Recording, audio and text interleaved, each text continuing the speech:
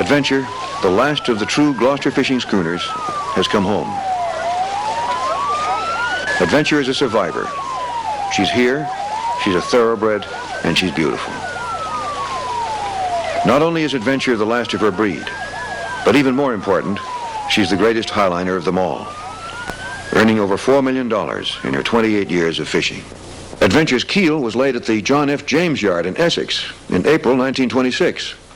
She was to be a dory fisherman for Captain Jeff Thomas, his 15th in 26 years. On March 24th, 1934, after pounding ice off the rigging while fishing on Western Bank, Captain Thomas collapsed and died in the pilot house.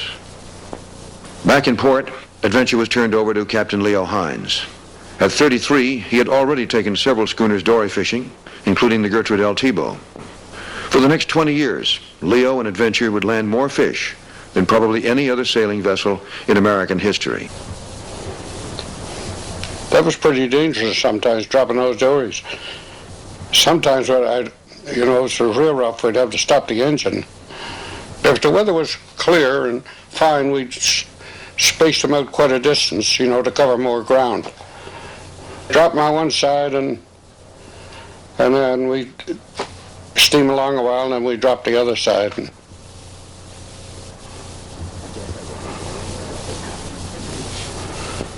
He dropped the buoy already and he's paying out the line there that goes from the buoy to the anchor. The anchor's in the dory.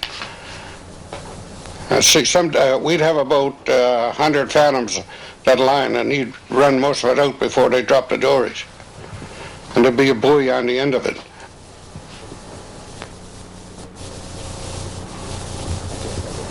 Yeah, that's the old cook there helping out.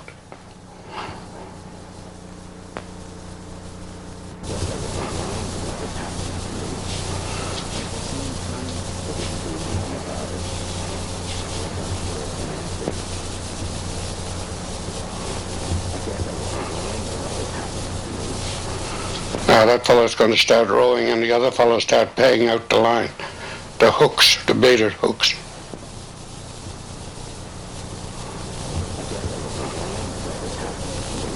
We'd cover about 4 miles, the whole 12 dories, and the trawls would cover another, that'd be about 4 square miles.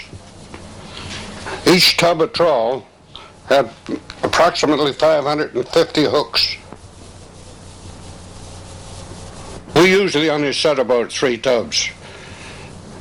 Very seldom we ever set the whole 6 tubs. Each dory had 6 tubs. Each tub would take about an hour. The 3 tubs should be about 3 hours pulling it in. So when they'd first start, the tide would be running, the current would be running pretty stiff and it would take them a little longer. But as the tide slacked up, they do it much faster.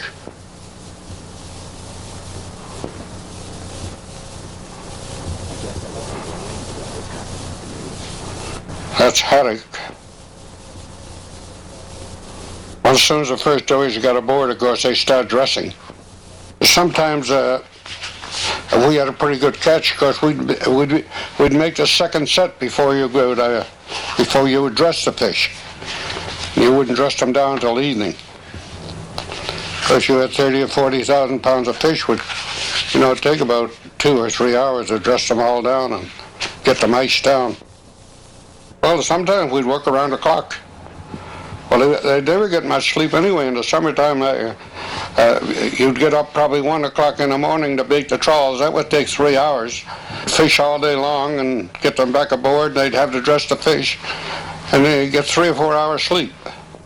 It was a sort of a challenge, and I don't know. I don't think I'd want to do it again.